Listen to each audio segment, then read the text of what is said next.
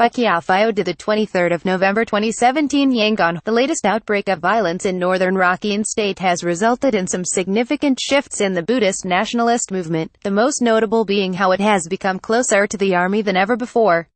On Sunday, thousands of people, including Buddhist monks, joined two mass rallies in Mandalay region and Rakhine State that were held simultaneously by the so-called Tatmadaw military admirer group to primarily show support for the army's actions in Rakhine State. One of the slogans shouted by participants at the rally was "Good health to the army chief, who is defending the country's sovereignty, race and religion." While not present at the rally in Mandalay, nationalist Buddhist monk Kyaw Phyo Tha sent a message to praise the army and security forces for protecting people in northern Rakhine after the Arakan Rohingya Salvation Army launched a series of attacks in August. He condemned the international community for its censure of the military, describing the army's operations as just and saying it had been the victim of bullying.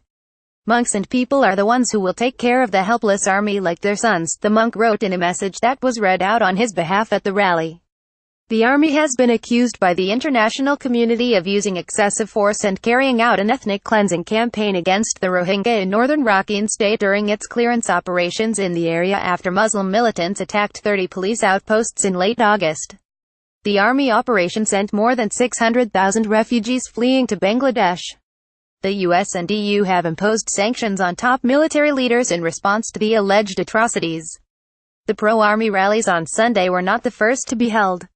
Downtown Yangon saw a similar demonstration organized by the same group late last month, which attracted thousands of supporters. So did Mandalay State's capital Mandalay earlier this month. At those mass rallies, apart from members of the country's opposition party, and the army's political proxy, the Union Solidarity and Development Party, nationalist Buddhist monks and their followers have turned out to be active participants. Why Buddhist monks join a pro-army rally in Yangon in October? Photo Thatunang the Irrawaddy. Since the National League for Democracy government took power in 2016, Buddhist nationalism in Myanmar has experienced several turning points after enjoying the unofficial blessing of the previous government. With the outbreak of communal strife between Buddhists and Muslims in Rakhine State in 2012, nationalist groups claimed that the country's Buddhist foundations were under assault and needed to be protected. They expressed fears that the Muslim population was growing faster than the Buddhist one and that Myanmar needed to be vigilant against fundamentalist influence. They saw the Rohingya issue as one of sovereignty. In their heyday from 2012 to 2015, nationalist groups, led by prominent Buddhist monks across the country, organized activities and talks to encourage followers to boycott Muslim businesses and spread anti-Muslim hate speech, sparking a series of deadly communal clashes between Buddhists and Muslims from 2012 to 2014. As a result, the image of compassionate Buddhism, in which much of the country believes in, was distorted internationally as a religion that favors bigotry and antagonism. The hate-mongers were rarely punished by the then government despite the country's constitution forbidding the promotion of enmity or discord between racial or religious communities. Instead, for example, they were favored by the General President U Thein Sein of the former administration, who endorsed passage of the Protection of Race and Religion Laws, a quartet of controversial laws drafted by nationalists, viewed by many as discriminatory toward women and religious minorities, particularly Muslims. However, the nationalists, who had operated under the Protection of Race and Religion banner, lost their safe haven when the NLD-LED government came to power in March 2016. The first big blow from the new government came in July last year when the nationalist umbrella organization, Mabodya, was denounced by the state Buddhist Sangha authority as an unlawful association.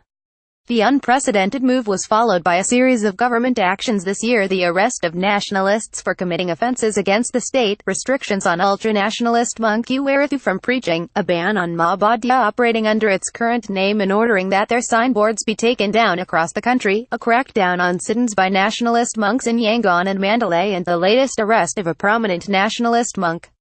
The antagonism between the NLD and the nationalists was not new. Even before the party took power in 2016, leading monks like Kyaw Phyo Tha had condemned Aung San Suu Kyi for her failure to denounce the Muslim Rohingya and campaigned against her party in the general elections in 2015. But, after Mabodya was banned in 2016, the relationship between the NLD government and nationalists soured notably. The nationalists accused the ruling party of failing to promote and protect Buddhism while favoring the human rights of other groups, especially Muslims. They demanded the resignation of the country's religious affairs minister to no avail. when the Iraqi Rohingya Salvation Army, the Muslim militant group denounced by the government as terrorists, launched a series of attacks in northern Rakhine last year. Nationalists saw them as a threat to national security and interests. Within this climate of distrust and unease, it is little wonder that the nationalists have found common cause with the army, who took the attacks as seriously as the nationalists. Less than 1 month after the attacks in August, some leading Buddhist monks from Buddha Dhamma Parahita Foundation, formerly known as Ma Bodhi, flew to Rakhine State. They personally donated 200 million kyats to the army chief, SNR Genmin Ong Hilang, to be distributed to security forces deployed in the area and displaced people and used for the rehabilitation process. In October, Uwarathu and his followers traveled under state security escort to the affected area in northern Rakhine to distribute donations. Then the pro-army rallies in Yangon, Mandalay, Karen and Mon states followed. Myanmar military chief SNR Genmin Ong Hilang receives a 200 million kyat donation from the Buddha Dhamma Parahita Foundation, formerly known as Ma Bodhi, in September. Photo SNR Genmin Ong Hilang Facebook. One of the country's most prominent Buddhist monks, Kyaw Phyo Tha, said during a sermon delivered to army officers at a garrison town in Karen State last month, that he wanted to see unity among the government, the military, the Sangha monks, and the people for the good of the country. The sermon was heartily welcomed by the nationalists. For the NLD government, it may be a headache to see the nationalists getting closer to the military, which already has the backing of its proxy, the USDP. It has been reported that the relationship between the government and the military, the most powerful and established institution in Myanmar, is not stable. When asked in an interview with Radio Free Asia, Daung San Suu Kyi described relations as normal. But other signs suggest ties are not good, the most recent example being the declaration of a state of emergency in Rakhine State. In contrast, there is no question about the strength of the alliance between the military and USDP, as the party has been the Tatmadaw's proxy since it was founded in 2010. Similar to the nationalist groups, the former ruling party has repeatedly expressed concerns about the way the NLD government has tackled the Rakhine issue. USDP members take part in a pro-army rally in Mandalay on November 19. Photos Azadi Rawadi. Despite the government's bans on Ma Bodhi and rising anti-nationalism sentiment among liberal-minded Myanmar people, the organization is still active and popular, especially at the grassroots levels, under a new name, Buddha Dhamma Parahita Foundation, for dedicating time to humanitarian relief for Buddhists and their education efforts. One of its leading monks, Ashin Sapaka, acknowledged a name change was made to avoid confrontation with the state Sangha. Only the name has changed.